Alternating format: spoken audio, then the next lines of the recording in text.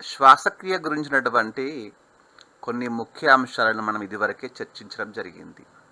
ఆహారపు అనగా గ్లూకోజ్ అణువుల్లో దాగి ఉండే రసాయన బంధాలు విడగొట్టబడి వాటిలో దాగి ఉండే శక్తి ఏటీపీ రూపంలో విడుదల చేసే జీవక్రియను శ్వాసక్రియగా మనము పిలుస్తాం. ఈ శ్వాసక్రియలో గ్లూకోజ్ విచ్ఛిన్నమయ్యి ఉత్పత్తి అయ్యే శక్తి ఏటీపీ రూపంలో ఉంటుందని మనకు తెలుసు. ఈ వీడియో పాఠ్యాంశంలో మనము శ్వాసక్రియ గురించి వివరంగా చర్చిద్దాం.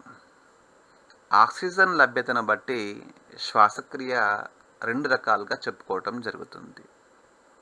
అవి ఏంటో చూద్దాం. ఏ శ్వాసక్రియ అయినా గ్లూకోజ్ అణువు విచ్ఛిన్నం జరిగి శక్తి ఉత్పత్తి కావటం అనేది సర్వసాధారణం. ఈ విధంగా గ్లూకోజ్ అణువు విచ్ఛిన్నమవడంలో మొట్టమొదట పైరువేట్ ఆమ్లం అనే పదార్థం ఏర్పడుతుంది. ఇది 3 కర్బన అణువులు గల పదార్థం. దీనితో పాటు కొద్ది మొత్తంలో శక్తి కూడా ఉత్పత్తి అవుతుంది. ఈ మొత్తం ప్రక్రియ కణం యొక్క కణద్రవ్యంలో సంభవిస్తుంది. ఈ విధంగా కణద్రవ్యంలో గ్లూకోజ్ అణువు విచ్ఛిన్నమై పైరువేట్ ఆమ్లం ఉత్పత్తి అయ్యే ఈ చర్యకు గ్లైకాలసిస్ అనే పేరు. గ్లైకాలసిస్ చర్య ఫలితంగా ఏర్పడ్డ పైరువేట్ ఆమ్లం యొక్క భవితవ్యము ఆక్సిజన్ యొక్క లభ్యతను బట్టి ఉంటుంది. ఒకవేళ ఆక్సిజన్ గనుక లభించకపోయినట్లయితే పైరువేట్ ఆమ్లము లాక్టిక్ ఆమ్లము మరియు కొద్దిపాటి శక్తి లేదా ఇథనాల్ మరియు కార్బన్ డయాక్సైడ్గా విచ్ఛిన్నమవుతూ కొద్ది మొత్తంలో శక్తిని ఉత్పత్తి చేయడంగా చూడవచ్చును. ఈ ప్రక్రియను ఈ విధంగా పైరువేట్ ఆమ్లము ఆక్సిజన్ లభించకపోయినట్లయితే ఈ విధంగా లాక్టిక్ ఆమ్లము మరియు శక్తిగాను లేదా ఇథనాల్ కార్బన్ డయాక్సైడ్ శక్తిగాను విచ్ఛిన్నమయ్యే ఈ ప్రక్రియను అవాయు శ్వాసక్రియగా పిలుస్తారు. ఒకవేళ పైరువేట్ ఆమ్లము గనక ఆక్సిజన్ లభించినట్లయితే అది పైరువేట్ ఆమ్లము మైటోకాండ్రియా అని పిలువబడే కణాంగంలోకి ప్రవేశించి ఈ మైటోకాండ్రియా అనే కణాంగంలో పైరువేట్ ఆమ్లము పూర్తిగా విచ్ఛిన్నమై కార్బన్ డయాక్సైడ్, నీరు మరియు అధిక మొత్తంలో శక్తి ఉత్పత్తి అవుతుంది. ఈ ప్రక్రియను వాయు సహిత శ్వాసక్రియగా పిలుస్తారు. ఈ విధంగా శ్వాసక్రియ ఆక్సిజన్ లభ్యతను బట్టి 2 రకాలుగా చెప్పుకోవటం జరుగుతుంది.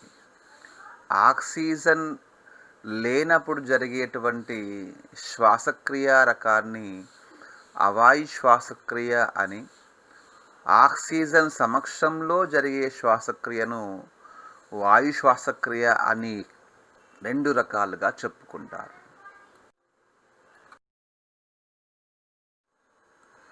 ఇప్పుడు మనము అవాయు శ్వాసక్రియ గురించి వివరంగా తెలుసుకుందాం. గ్లూకోజ్ అణువు విచ్ఛిన్నమై కణద్రవ్యంలో పైరువేట్ ఆమ్లముగా మార్చబడిన తర్వాత ఈ పైరువేట్ ఆమ్లము ఆక్సిజన్ లభించినప్పుడు లాక్టిక్ ఆమ్లము మరియు శక్తిగాను లేదా ఇథనాల్ మరియు కార్బన్ డయాక్సైడ్ మరియు శక్తిగాను విచ్ఛిన్నమయ్యే ప్రక్రియను మనము అవాయు శ్వాసక్రియగా పిలుస్తాం. ఈ ప్రక్రియలో తక్కువ మొత్తంలో శక్తి అనేది విడుదలవుతుంది. ఈ ప్రక్రియ కణద్రవ్యంలో జరుగుతుంది. అవాయు శ్వాసక్రియ, దీనికే మరో పేరు వాయురహిత శ్వాసక్రియ జరిపే జీవులకు ఉదాహరణలు బ్యాక్టీరియాలు, వైరస్లు, ఫంగి లేదా శిలీంధ్రము వంటి ఏకకణ కేంద్రకపూర్వకమైనటువంటి ప్రాణులు. ఈ చర్యను మనము సమీకరణ రూపంలో చూపించినట్లయితే C6H12O6గా పిలువబడే glucose it gives rise to C3H6O3 plus 2 ATP. ఇక్కడ ATP అంటే శక్తి, C3H6O3 అంటే లాక్టిక్ ఆమ్లము. ఈ ప్రక్రియ మనం సాధారణంగా పాలు పెరుగుగా మారటంలో ఈ ప్రక్రియ జరుగుతుంది. ఈ పాలను పెరుగుగా మార్చేటువంటి లాక్టోబాసిల్లస్ అనేది ఈ విధంగా అవాయు శ్వాసక్రియ జరిపేటువంటి ఒక బ్యాక్టీరియా రకం. లేదా C6H12O6 glucose gives rise to C2H5OH plus CO2 plus ATP. ఇక్కడ CO2 అనగా carbon dioxide, ATP Shakti and C2H5OH అనగా ఇథనాల్. ఈ ఇథనాల్నే ఇథైల్ ఆల్కహాల్గా పిలుస్తాం. ఇది తీయటి వాసన కలిగి ఉంటుంది. ఈ ప్రక్రియ జరిపే ముఖ్యమైనటువంటి జీవి ఈస్ట్ అని పిలువబడే ఒకనొక శిలీంధ్రము. ఇప్పుడు మనము వాయు సహిత శ్వాసక్రియ గురించి తెలుసుకుందాం.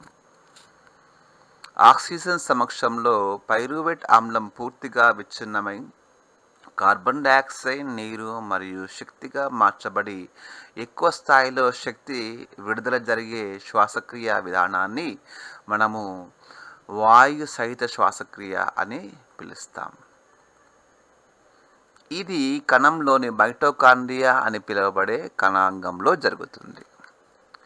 వాయు శ్వాసక్రియ కొన్ని ఇంతకుముందు చెప్పినట్లుగా ఆదిమ ప్రోకారియోట్లు అనగా కేంద్రక పూర్వక జీవుల్లో మినహా అన్ని మొక్కలు, జంతువులు, పక్షులు మరియు మానవుల్లో సంభవించే శ్వాసక్రియ రకం.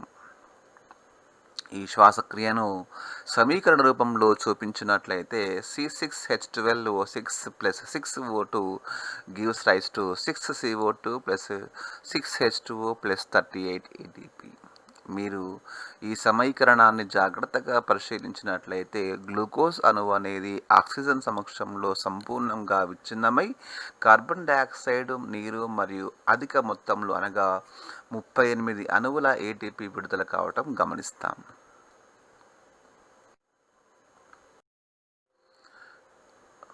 విద్యార్థులు, ఇప్పటిదాకా మనము శ్వాసక్రియలో రకాల గురించి వివరంగా తెలుసుకున్నాం కదా. ఈ పాఠంలోని కొన్ని ముఖ్య అంశాలను పరిశీలిద్దాం. శ్వాసక్రియ ముఖ్య ఉద్దేశం శక్తి యొక్క ఉత్పత్తి. శ్వాసక్రియ 2 రకాలుగా ఉంటుంది.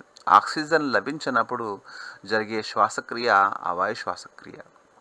ఇట్టి శ్వాసక్రియ కేంద్రక పూర్వ మరియు ఏకకణ బ్యాక్టీరియా, ఫంగి మరియు వైరస్లలో జరుగుతుంది. ఈ శ్వాసక్రియలో గ్లూకోజ్ విచ్ఛిన్నమై తక్కువ మొత్తంలో శక్తి ఉత్పత్తి జరిగి లాక్టిక్ ఆమ్లము మరియు కార్బన్ డయాక్సైడ్ లేదా ఇథైల్ ఆల్కహాల్ మరియు కార్బన్ డయాక్సైడ్లు ఏర్పడతాయి. ఆక్సిజన్ లభించినప్పుడు జరిగే శ్వాసక్రియ వాయు శ్వాసక్రియ. ఇట్టి శ్వాసక్రియ అన్ని మొక్కలు మరియు జంతువుల్లో జరుగుతుంది. ఈ శ్వాసక్రియలో గ్లూకోజ్ విచ్ఛిన్నమై ఎక్కువ మొత్తంలో శక్తి ఉత్పత్తి జరిగి కార్బన్ డయాక్సైడ్ మరియు నీరు ఏర్పడతాయి. వాయు శ్వాసక్రియలో మైటోకాండ్రియా అనే కణాంగంలో సంభవిస్తుంది. విద్యార్థులు, ఇప్పటిదాకా మనము నేర్చుకున్నటువంటి అంశాల ఆధారంగా ఈ ప్రశ్నకు సమాధానం చెప్పండి. శ్వాసక్రియ ఎన్ని రకాలు? 2. ఆక్సిజన్ లభించనప్పుడు కణాలలో జరిగే శ్వాసక్రియను వివరించండి. 3. ఆక్సిజన్ లభించినప్పుడు కణాలలో జరిగే శ్వాసక్రియను వివరించండి. ధన్యవాదాలు.